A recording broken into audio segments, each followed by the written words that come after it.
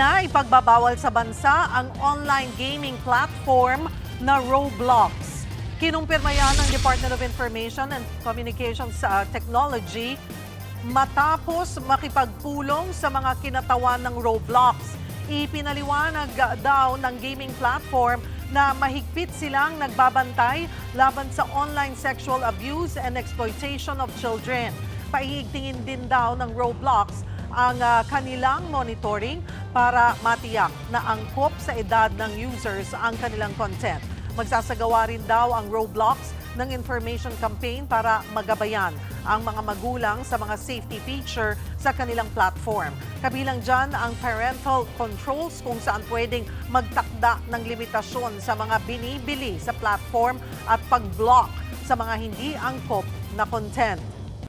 Mga kapatid, Cheryl Cosing po. Maging maalam at may pakialam sa mga napapanahong issue at headlines. Mag-follow at mag-subscribe na sa social media pages ng News 5.